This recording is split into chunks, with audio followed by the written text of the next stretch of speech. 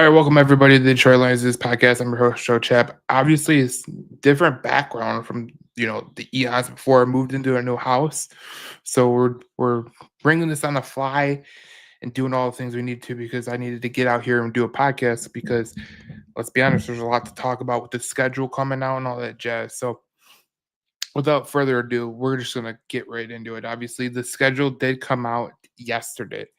Um, and look, when a lot of people talk about the schedule, they talk about, you know, what could be um let me fix this real quick. A lot of people talk about, winnable games, right? What is winnable games to everybody else? And with me, I look at it like really simple. There's two things that come into fruition here. Um, well, two.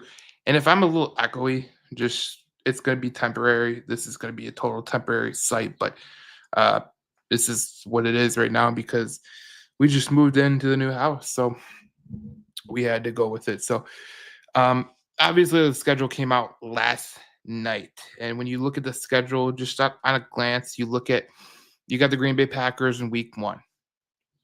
Predominantly, that could be a tough game. I think anytime you play a divisional opponent, that will be a tough game. You played the Chicago Bears Week 2. That's a home opener. I mean, Ben Johnson comes back to Detroit. It's going to be a good time for uh, the Lions because I think this is a game that they can really get a jump on. That Week 3 matchup with the Baltimore Ravens is very, very tough, and we'll get into it why I think it's a really tough game.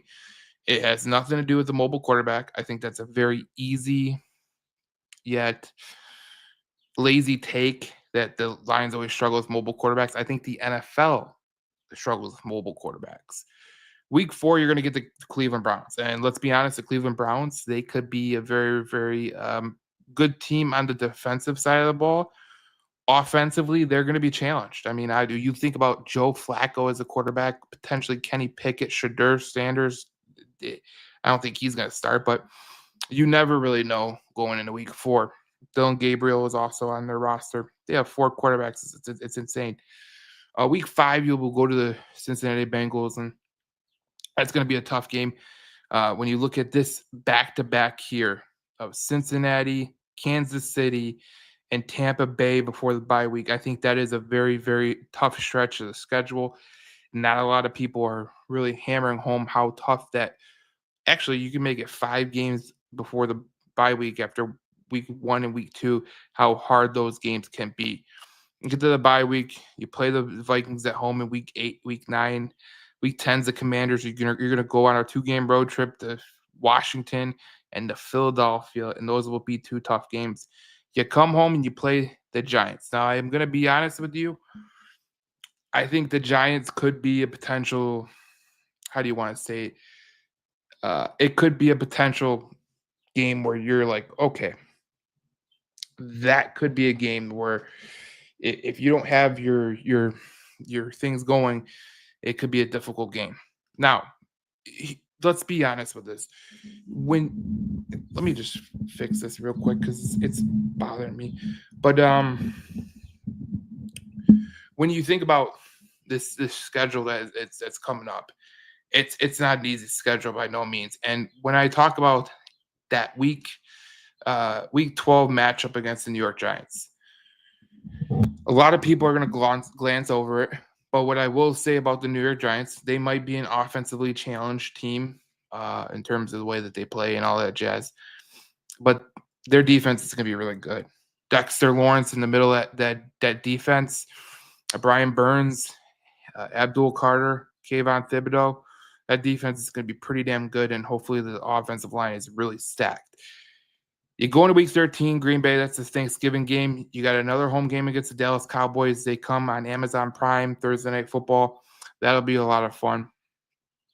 You go to LA. And then Week 16 is also a very big wild card in terms of what to expect. Because when we think about the Pittsburgh Steelers, we know that their quarterbacks right now are Mason Rudolph, who is absolute ass, and and Will Howard from Ohio State, and I'm forgetting their second string quarterback, but their quarterbacks are really, really bad. So if you are playing the Pittsburgh Steelers, which you are in week 16, that could be an interesting game from this standpoint. Could Aaron Rodgers be their quarterback? And I know before everyone else says, "Oh my God, Aaron Rodgers is not the quarterback he once was." That is true. What I will say is that Aaron Rodgers is still a good quarterback, and he could still be a useful player on a good team. And I look at the Steelers, and I think that that defense is really, really good, and they're gonna be a tough team in that Week 16 matchup because Week 17 and Week 18 are divisional games. So you close the season with two divisional games, and you open the season with two divisional games.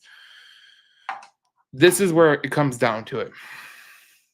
When you look at the way that things are happening, and the way that things are going, with this schedule, it sets up for a very tough schedule to start off with. Um, God, I'm having so many issues right now, but it sets up so many issues for this team, because they're going to be playing the team in the first couple weeks, where they're going to be playing the Baltimore Ravens, who are a damn good football team. They're going to be playing a team like the Chiefs, who are to have the best quarterback in the league. Joe Burrow is one of the best quarterbacks in the league. Lamar Jackson is one of the best quarterbacks in the league. So those first 6 weeks, you are getting three of the best quarterbacks in the NFL, and that's not a over exaggeration. That is just what it is. And a lot of people, they go, all right, what are games that you highlight that could be potential issues? So this was what I put together. The schedule breakdown, I think, is like this. The toughest game is going to be the Baltimore Ravens. I think anybody that can agree to that. Now, here's the thing about the Baltimore Ravens. The Baltimore Ravens, when Lamar Jackson gets a chance to play a team from the NFC coming to Baltimore, it usually doesn't work out really good for the NFC. And when Mike Clay did his projections on the season, he put the Baltimore game at a 50% chance. That was the lowest chance out of all the projections that Mike Clay made on the season. I'll go through them in a minute, but that Baltimore game is going to be very, very tough. No doubt about it. And then a trap game, I think, could be the New York Giants game. When you look at the New York Giants, you go, okay, the New York Giants are a team that, let's be honest, offensively, they're ass. Quarterbacks, Russell Wilson, Jameis Winston, and then Jackson Dart. I don't think you'll be facing Jackson Dart, but by that time of the season, week 12, you have no clue who could be the quarterback. And that's kind of the scary thing about that game, because we've seen what Russell Wilson can do. We've seen what Jameis Winston can do. If there's an opportunity where Jackson Dart can get in the game,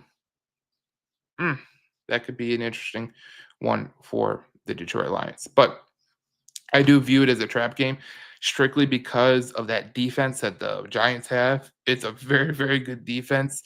Brian Burns, Abdul Carter, Dexter Lawrence in the middle.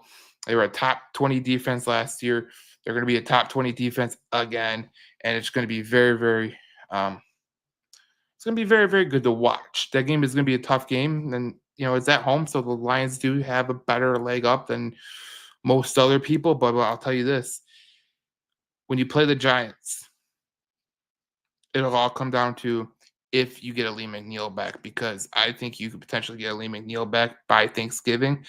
So if that's his little tune-up game, that comes into the Detroit Lions' favor.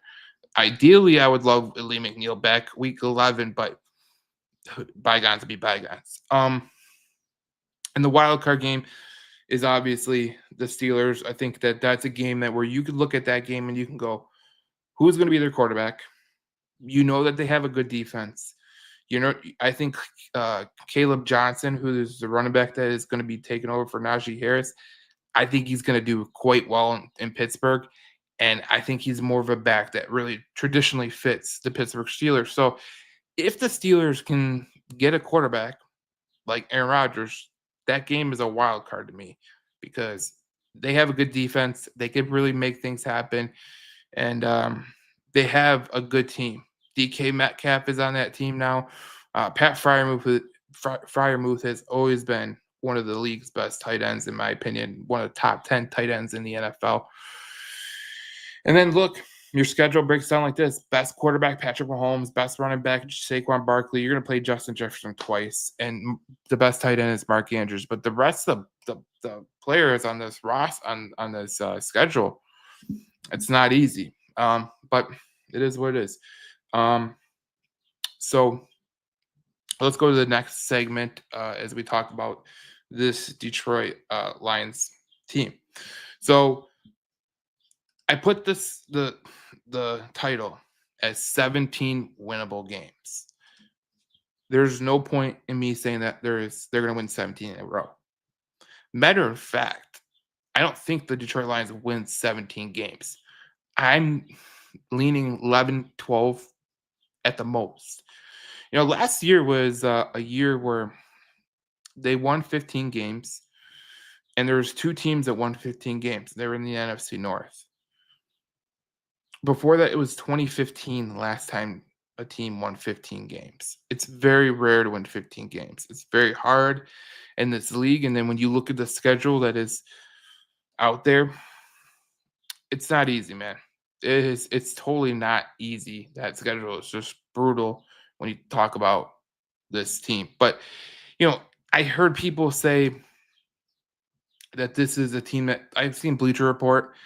They said the Detroit Lions could go 9-8. I don't really agree with that, but you know what? It is what it is. They are.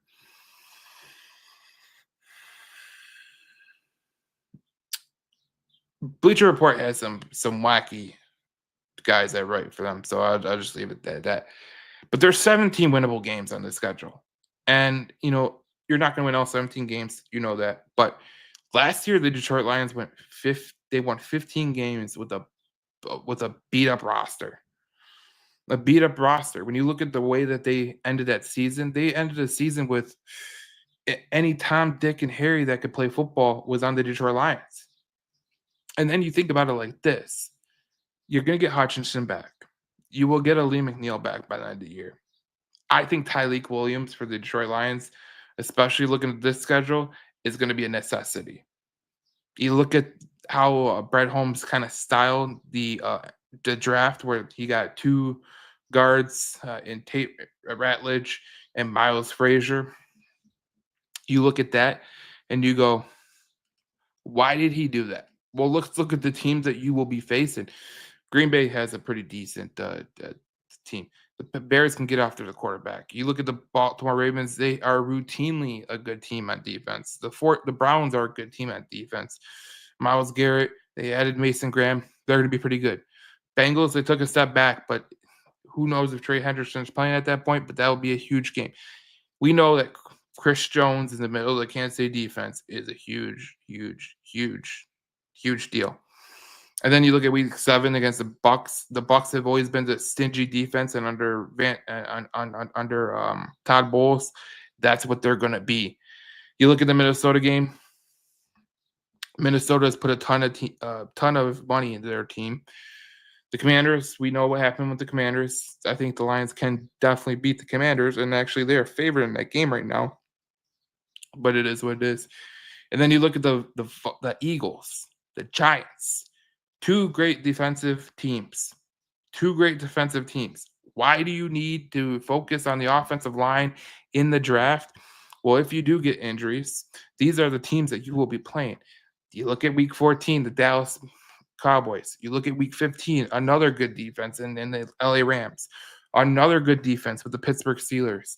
You play the Minnesota again, and you play Chicago again. These are all teams that can get after the passer.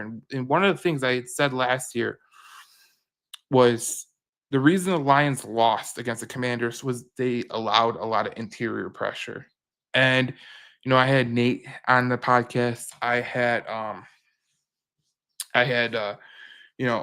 Section, I had some other guys on the podcast, and we talked about it. The interior pressure was a reason that the Detroit Lions lost against the Washington Commanders.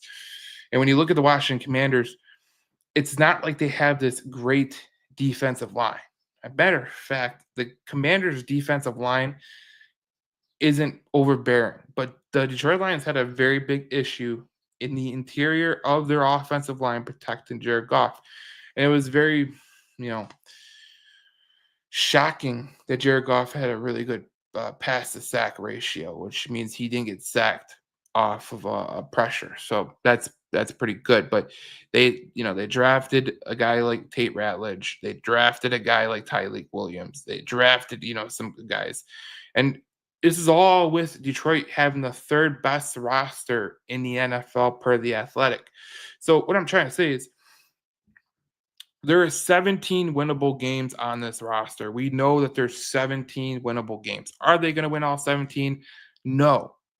But anybody telling you that the Detroit Lions aren't going to, be a good team or whatever the case may be, bygones be bygones. It's total bullshit, to be honest.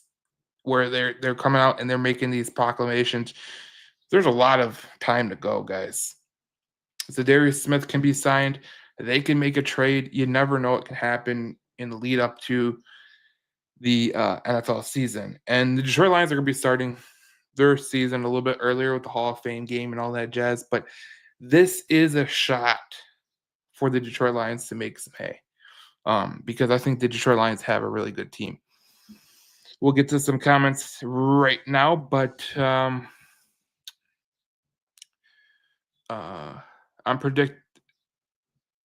Shenevia, I might have butchered the name, but it is what it is.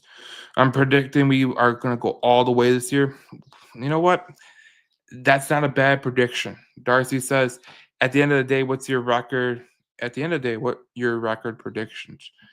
Well, I'm not going to give record predictions in May. It's just dumb. But right now, I lean towards 11 or 12 wins. I think they will go over. The over-under is 10.5. I think they can go to 11, 12. But this schedule, it leaves a lot to be desired. It leaves a lot to be desired in terms of you got to go play a team like just look at that first 7 weeks. That's a tough schedule right there. Packers, Bears, Ravens, Browns. The Browns are probably the easiest team in that. They are the easiest team in that section. And then you go to the Cincinnati, that's a game that you are also favored in. You play Kansas City and Tampa Bay. Those are tough games right away. Like right off the hop, those are some really tough games, and the Lions are going to have their work cut out for them. And I'm sure a guy like Dan Campbell is really not going to be cowering because the schedule is what it is. The schedule is a tough schedule because the Lions were a really good team last year, and that's the way it breaks down. But the Lions are going to have 5 primetime games. This does not include the Thanksgiving game. This does not include the Christmas game, which we'll talk about later. The week 3, they will play the Baltimore Ravens in Baltimore. That's a tough game. They will play the Kansas City Chiefs in Kansas City. That's going to be another tough game. Tampa Bay comes to town. That's week 7. So back-to-back primetime games. Week 11, you will play the Eagles. And week 14, the America's team will come into Ford Field, and they will try to avenge the total ball breaking they got last year. I don't know what Dallas is going to be this year. I will be honest with you. I think Dallas could be a really good team. But when you look at Dallas, the thing that I'm kind of weary on is what is Dak Prescott going to be? And if Dak Prescott could be a player that potentially could be a difference maker like he has been, that could be a tough road for the Lions, because all these primetime games that they're going to be playing, none of them are easy. And this is the third hardest strength of schedule, second depending on which site you go to, but it's a tough schedule for the Detroit Lions. So here's what I wanted to get to. Look, a lot of people, it was made that they were saying, remember when the Lions drafted Tyleik Williams? And people were like, why did they draft him? Why did they draft Tyleik Williams? Well, when you look at the running backs that they are going to be playing this year, and these are some of the top running backs in the league, Saquon Barkley, you're going to be playing league MVP. Enough said. You're going to be playing Kyron Williams again, who is a hell of a player. Josh Jacobs twice, week 1 and week I forget what week the Packers play. Week 13. So you're going to be playing Josh Jacobs twice, and then you're going to be playing Derrick Henry. So these are 4 of the top backs in the league. I think if you were going to rank them out, like this guy, this guy, this guy, I think every one of those guys would be in your top 5, top 10. Aside from Dave Montgomery, aside from Jahmyr Gibbs, those guys are best of the best. And a guy like Pacheco for the Chiefs, he's a good guy too, good player too. And so is Rachaad White. So there's a lot of tough running backs coming to play the Detroit Lions. So, a lot of people made a mockery of the Tyleik Williams pick, and I just didn't get it from this perspective only. When you look at Tyleik Williams, what's something that he's really good at? He's really good at, he's very good at stopping the run. And you're going to need a guy like Tyleik Williams, because if you look at those first, I want to say 13 weeks, okay, you might not have a Lee McNeil. So Green Bay, Chicago. So you got Josh Jacobs there, Derrick Henry there. You got Pacheco there, Rachaad White, Aaron Jones, Brian Robinson, Saquon Barkley. You got Josh Jacobs again. If Lee McNeil doesn't come back until December 4th, you will go through the gauntlet of your schedule without Lee McNeil. And why was it so imperative that you got a guy like Tyleik Williams? When you look at this running backs that you are going to be playing, just the top backs, all of these guys, 3 of the 4 guys that I just mentioned are going to be in the first half of your schedule. So when you ask, why did the Detroit Lions draft a guy like Tyleik Williams? One, they needed interior pressure is more important than than outside pressure, in my opinion. Because when you look at any quarterback in this league, where they struggle the most is when they get pressure up the middle and in their face. And when you stop the run, when you get pressure up the middle, you become a team that's to be reckoned with. And I look at a team like the Chiefs. Chris Jones is a huge portion to their team. You look at a team like the Eagles. Jalen Carter. He's a great player up that middle, defensive tackle, and they really get to the quarterback. And why?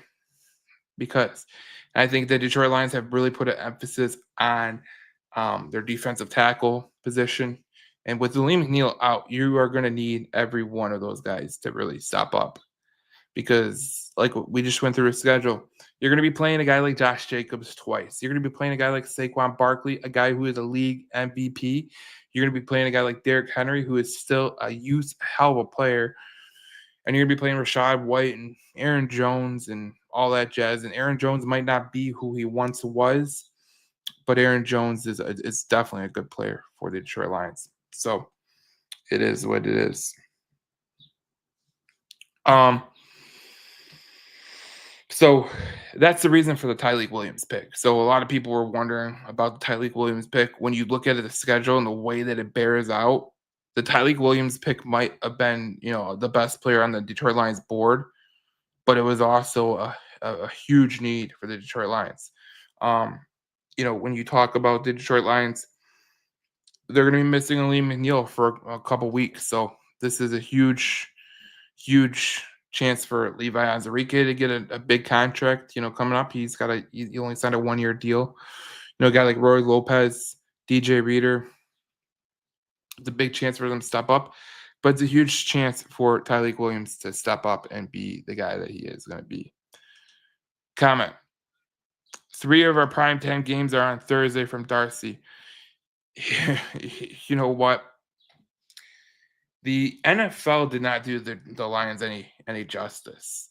When you look at the schedule again, like Darcy's pointing out, this is a very good point. They're going to be playing a lot of Thursday games. You know, they're going to be playing a Thursday game on Thanksgiving, obviously.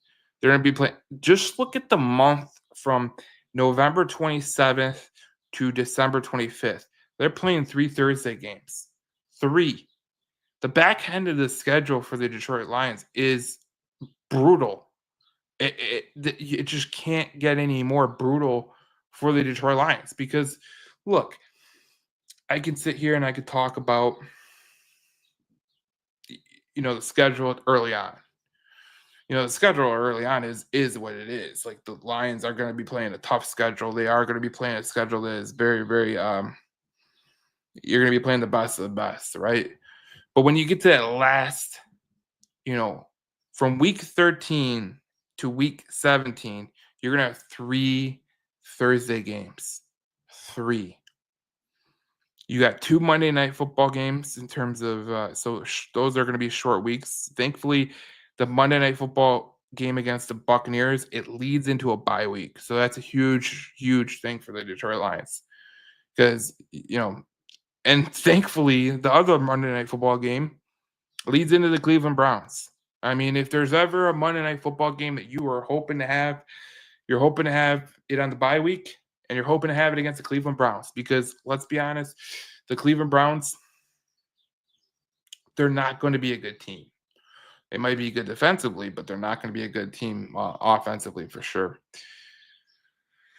Because those Thursday night games, man, those are the most taxing games when you talk about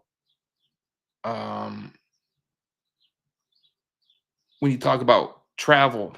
I mean, thank God the both there's 2 games that are at home, so they don't have to travel.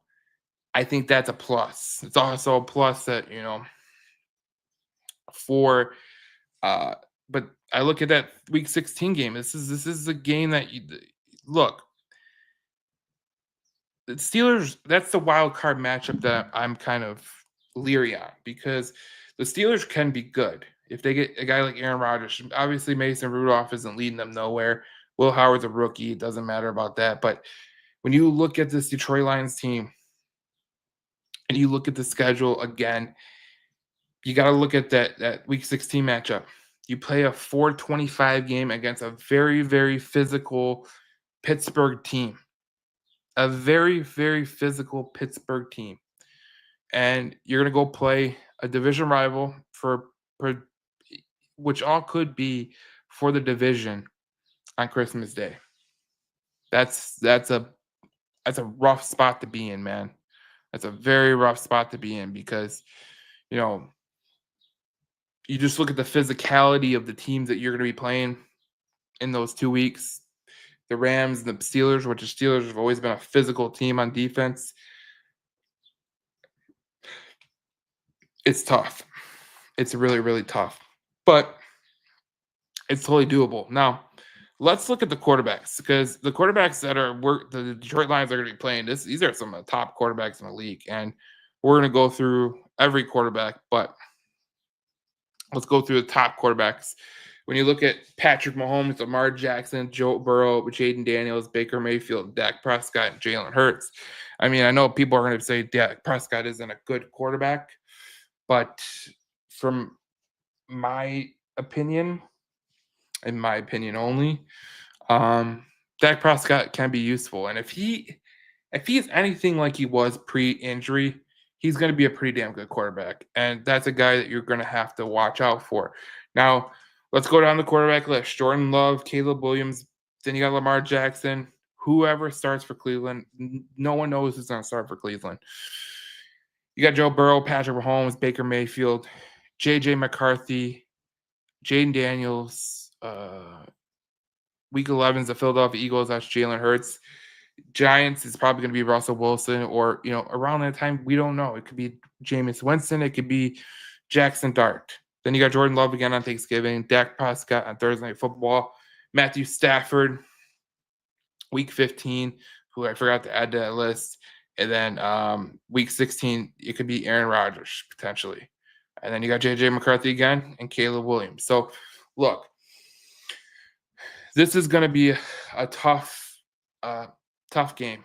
It's going to be tough. I don't think anybody here is going to be sitting here feeling bad for the Detroit Lions by any stretch of the imagination. But what the Detroit Lions have right now is it's a tough road, man. It is a really, really tough road. And when we look at some of the things that people have put out there and all that jazz, I'm not gonna sit here and act like this is an easy schedule, because it's really not. But when you look at this team, I think it's funny because a lot of these people, whether it be Vikings fans or Packer fans, they can feel good about themselves, to be honest. I think this is the time of the year where you're allowed to feel good about yourself. But when I look at this team, and I look at a team like the Packers, and I look at a team like the Bears and the wild card of the Vikings, like, I think the Vikings can be a very, very good team. But how does JJ perform? How does JJ perform? And look, there's something I'm seeing on the Twitter, and I wanted to play it for you, because I think it's an absolute joke. So let's play it for you, because I don't Minnesota, man, they're an absolute breed. Let's see what they say.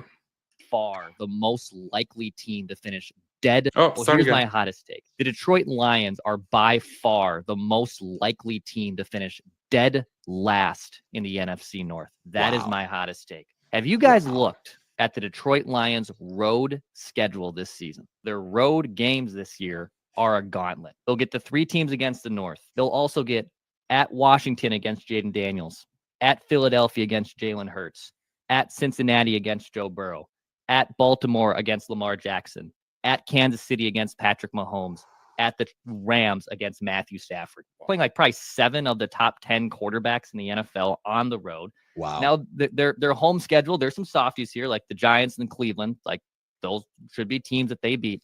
But you're telling me a first-year defensive coordinator is going to be able to try to slow down some of the best QBs in the NFL? And I just look at that, and everyone looks at the Vikings as, oh, they're obviously going to regress. Just look at the schedule there for Detroit. Is there even a world where they win more than 3 road games? And then that basically means they would have to win 7 home games just to get to 10 wins? Dude, the Lions have the hardest path by far this year and are easily the most likely team to regress. Forget the Vikings regressing, even with the first-year quarterback. The Detroit Lions. So here's where it goes. Okay, this is what I'm talking about. We get to this time of year and people want to make some broad assumptions, or they want to make some some asinine opinion, which I'm not going to shake a stick at, because honestly, they just got to pay the bills when they make some stupid statement like that. And I stay away from the prognosticators. I don't make these wholesale opinions, like when I put this on the YouTube thumbnail. I put this on the YouTube thumbnail because this is what I actually believe. The Detroit Lions have 17 winnable games. 17 winnable games. This is a Detroit Lions team that is very, very good. And before people start saying, like, if I'm gonna be completely honest with people, if I'm gonna be a Vikings fan and I'm gonna start talking mad junk about the Detroit Lions, in terms of how bad their schedule is, when you're a good team, you play good teams. Like, that's the way the NFL works. Like, you get the first place schedule, you are going to be playing first place teams in the NFC. It's not the way, you're going to have to play the best of the best. should a guy like me come on here and say, "Oh my God, the Lions are going to regress to back to the mean"? What is regressing? You're obviously not going to win 15 games, but you could be better talent wise in terms of the way that you play than the wins that you got last year. Do you see what I'm trying to say? Like 15 wins in the NFL is very hard to do. It's very hard to do. And since the 2012 or whatever, only 3 teams have done it. And 2 were last year. It was the Vikings and the Lions. And they both had, the Vikings, I don't think they had 15 wins, they had 14 wins. But it's very, very rare for a team to have 13 plus wins. So when I look at it, I laugh at some of these people that make these broad assumptions. Like it's total junk. Like I feel for the sad people out there who have to make these broad assumptions because, well, they have to pay the bills and they're not that good. So it is what it is. But people are just so stupid nowadays. But it is just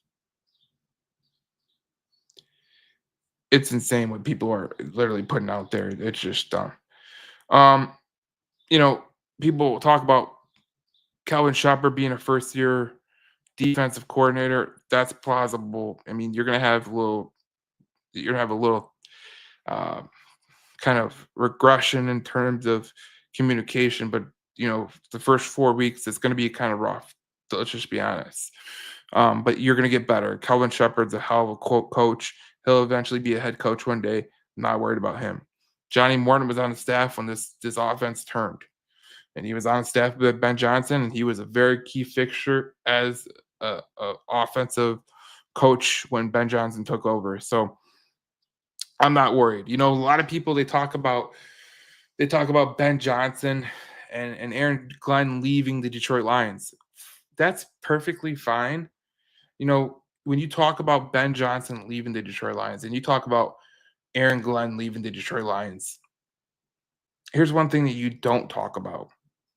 When people say that they left the Lions, yeah, they've also left all the talent at their disposal.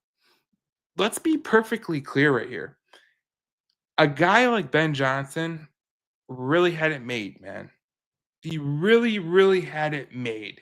When you talk about Ben Johnson, he had a Ferrari he was racing against a Ford Pinto or the Ford Focus or any, Honda Civic or whatever the case may be. He had a Ferrari and a Lamborghini all in one.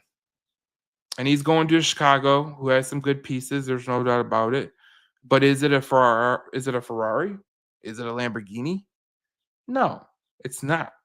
So that's something that you gotta take into account. I think a lot of people don't take into account. And same thing with Calvin Shepard.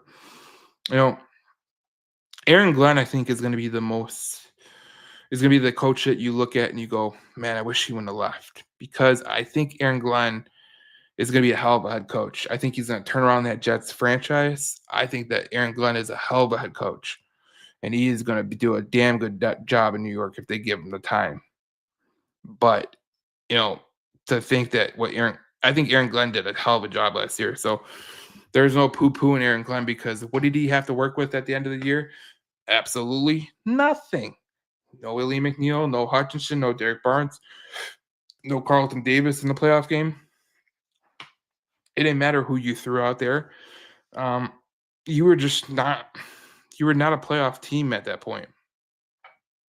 That is just what it is. Like a lot of people have said, that playoff loss was horrible. It really wasn't. If you listen to the podcast, you heard me talk to Tay and Todd of the Washington Commanders podcast, and we talked about it, about how that game could have went, and it went the way of the Commanders. But you know what? It went the way that we kind of thought that game would go when we were talking about how Washington would win, and it was just a talent deficit on the Detroit Lions. Like they didn't have the talent at the end of the year to win anything in the playoffs. That's just the reality. So it is what it is. Let's get to the comments, and then we'll wrap up this puppy and go on. But Janet says, "Go Lions." And so thank you, Janet, for commenting. But as I said, you know, this is going to be a tough year. It's not going to be a tough year in terms of wins and losses. It's just going to be a tough year for your health. You know, um, I will be a new father in July. So having a kid with this Lions schedule is going to be very tough. It's going to be very tough on my body, to be honest, because there's gonna be a lot of things I'm gonna be worried about. But this is gonna be a hell of a schedule. And if you're a football fan, you want to play the best. I thought last year's schedule was kind of boring. Um, Last year's schedule, like the Lions got a lot of layups, but it's a tough team. And Jason says it greatly right here. Jason says, "Hey man, tough schedule as it should be. We're a tough team. Just hope hinders don't stuff up the season last year. Make sure Goff has to stay healthy." Yeah, Goff. Anytime you have a quarterback, they have to stay healthy. Like if you look at, well, we're gonna go through the positional breakdowns every week up until the training camp. And I'm not really happy about the depth at the quarterback position for the Detroit Lions. I think that's a very, very fatal flaw, and we'll talk about it on another podcast. But Goff definitely has to stay healthy. While Lyle Sanders says happy birthday to his goddaughter, and happy birthday to your goddaughter. And then Jason Fuller says congratulations on being a father, and I appreciate it, Jason. Thank you for the comments. But this is going to be a tough season, and it's not going to be a tough season based on wins and losses. It's going to be tough on every game. Is going to be tough. When you look at this schedule, there's not one game where you go, we have a very, very great shot to come out with a win and a blowout win. I might give you Cleveland, but the New York Giants have a damn good defense. And if you are sitting here saying that you're going to blow out the Giants, go look at the defense. It's very, very good.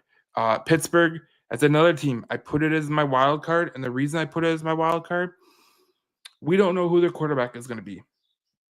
We could think that their quarterback could be Mason Rudolph, and if it is, that should be a game the Detroit Lions should definitely win.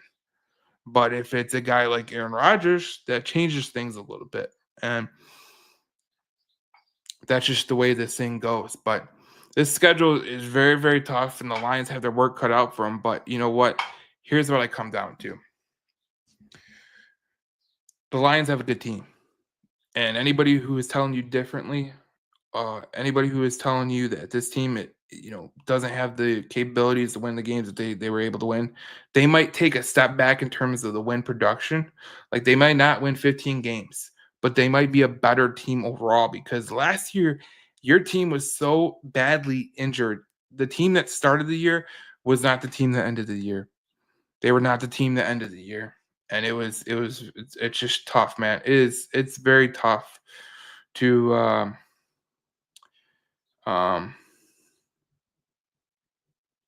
That's just very tough to do. Very, very tough to do. But it is what it is. And when you talk about the Detroit Lions and the way that they're playing, the way that they have came and played over the last two seasons with Dan Campbell at the helm and the way that the offense has been humming, it is what it is in terms of that. But it's going to be a very, very good chance for the Detroit Lions team to take the next step. So that is that podcast. There's a lot to be desired. Obviously, over the next couple of weeks, we're going to go through the positional breakdowns. There's a lot to break down in terms of the quarterback position, the running back position, the wide receivers. We'll probably do a split like quarterbacks and running backs, one podcast, wide receivers. And we might do skill positions on offense in one podcast. We might be doing offensive line, defensive line, and going through those in one podcast, and then secondary and linebackers in another podcast. So that'd be 3 podcasts where you'll get positional breakdowns for this team. I want to do that this year because I feel like that's very important, especially where the Detroit Lions came from. There's a lot to talk about with this team, man. And it's gonna be a lot of fun going into the training camp. Obviously, the season's gonna start a little bit earlier than the last couple years. Obviously, when you talk about it's gonna be starting, I think a week or two earlier because of the Hall of Fame game. That will be very, very fun to get ready. So we'll get to some comments to end the podcast. Just a bunch of trolls. And that's what it is. So we'll see you guys on the next podcast. We'll be talking more Detroit Lions football here on the Detroit Lions News Podcast. I'm your host, Joe Chat, and we will see you guys in the next podcast. And Jason has a good comment. Zadarius coming on board. So here's what it comes down to. You get to this time of the year, and these veteran players, they don't want to play. Like they don't want to come and practice. This is nothing to shake a stick at, but it is what it is. And Zadarius Smith is no different. I think Zadarius Smith is a guy who how would I say it? Zadarius Smith, Von Miller, Preston Smith, a lot of those defensive ends that are still out there. You think they're out there for a reason. It's probably because they don't want to participate in those mini camps and the train.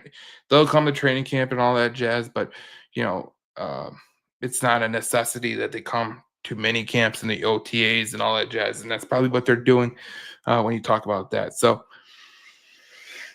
it's very, very interesting from that perspective. So it'll be interesting. I think Zadarius Smith will be back with the Detroit Lions. So I'm not really worried about that and that term. But thanks for everyone for tuning in. We had a lot of listeners on the Facebook. That was pretty cool. But it was kind of spur of the moment podcast. And I know people listen to it on the app. So if you go to Spotify or Apple or wherever you get your podcast, Detroit Lions News Podcast on Spotify, Apple, iHeart, wherever you get your podcasts, we're there. Follow us on Instagram at One Pride Detroit. You can follow me at Detroit Joe Chav. I need to be more active on Twitter. I'm not really that active on Twitter. I need to be more active on Twitter. I put a lot of shorts and reels on TikTok. So if you want to go on there and see some of the videos, see some of the highlights, you can go there. And obviously, my page, Detroit Lions News Podcast, we're approaching 87,000 followers. So that is great. So we will see you in the next podcast. We talk more Detroit Lions football. And thank you for listening. Thank you for watching, if you're out there watching. And we'll see you in the next podcast. We talk more Detroit Lions football here on the Detroit Lions News Podcast.